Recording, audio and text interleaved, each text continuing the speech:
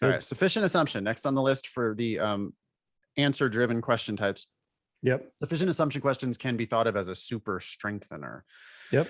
They sound like, which one of the following, if assumed, would justify the conclusion? Justify means prove. Yep. So they're asking you very specifically here to make the argument win.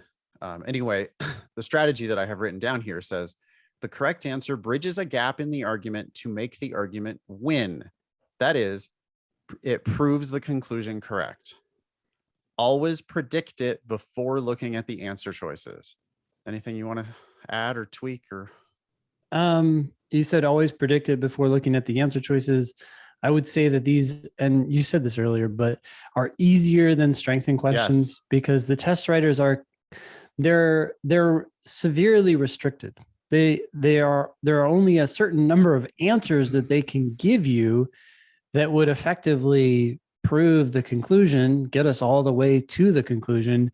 And so that's why it becomes very easy to predict, because in a strengthened question, who knows? I mean, you could, like you said, you could just defend the argument against attack, or you could move the ball forward a yard or two.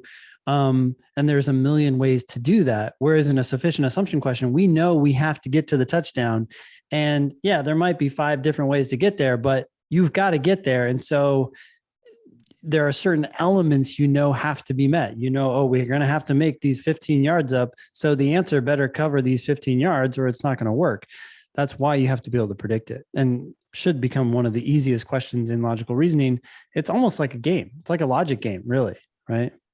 Yeah. But ironically, it is frequently the difference between somebody scoring in the high 160s and somebody scoring in the low 170s. We see this all the time.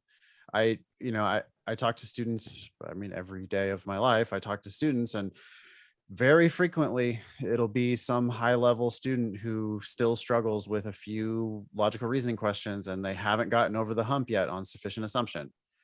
They're probably thinking of them in terms of necessary assumption, or they don't even know. Yeah. What they haven't learned is how easy sufficient assumption questions actually are. It's formulaic. Yeah. They're going to give you some evidence. They're going to give you a conclusion.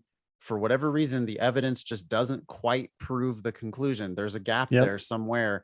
And it's a lot of times it's just like, hey, here's a premise. Here's the conclusion. There's a new element in the conclusion. See the new element in the conclusion? See this hanging thread in the evidence? Well, all you have to do is say, if hanging thread, then new element in conclusion. That's all you have to do, is just plug that gap. It's a huge opportunity. If you're missing sufficient assumption questions, you can't. You got to start predicting the answer. Oh, well, I want to double down on that too.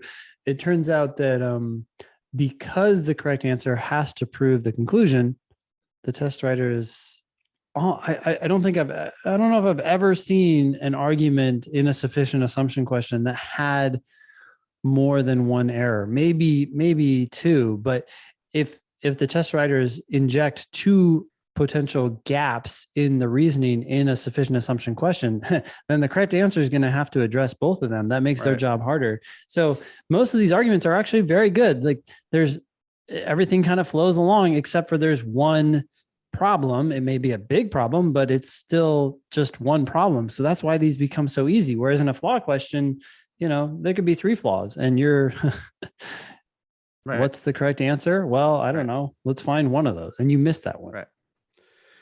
Yep. So to kind of recap a little bit. Sure. A sufficient assumption is a fact that proves the argument correct. Yep. It's also the world's best strengthener.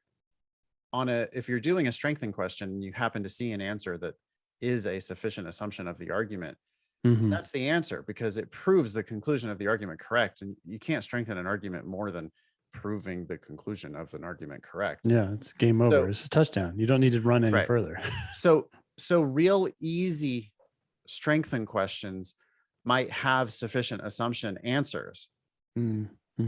But the reason why strengthen is so much harder than sufficient assumption is that sufficient assumption question, what you're looking for. You're looking for the touchdown. You're looking for the thing that proves like we can't do any better than that. That's gonna make us win. Yep. Strengthen questions, if you find that, great, that's the answer. But if you don't find that, then you have to settle for the next best thing. And the next best thing sometimes is like really pretty shitty.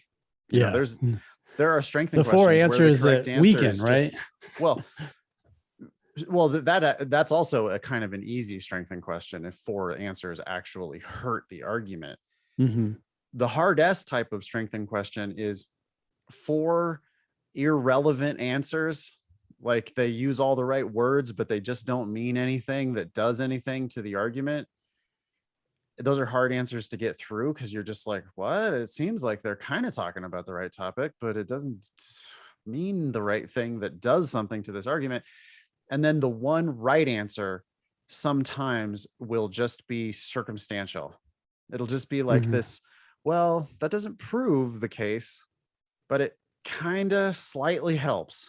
And that's where I'm talking about that 1 yard, 2 yard run up the middle, where it's like, well, it's not or great. worse, right? You get the 4 irrelevant answers and you get that one that defends against an attack that someone maybe didn't quite notice. An attack that you hadn't predicted. That's also really tough. Yeah. And then you're sitting there going, well, why? Well, that's also irrelevant. And you're like, yeah, but at least now we know that ain't a problem.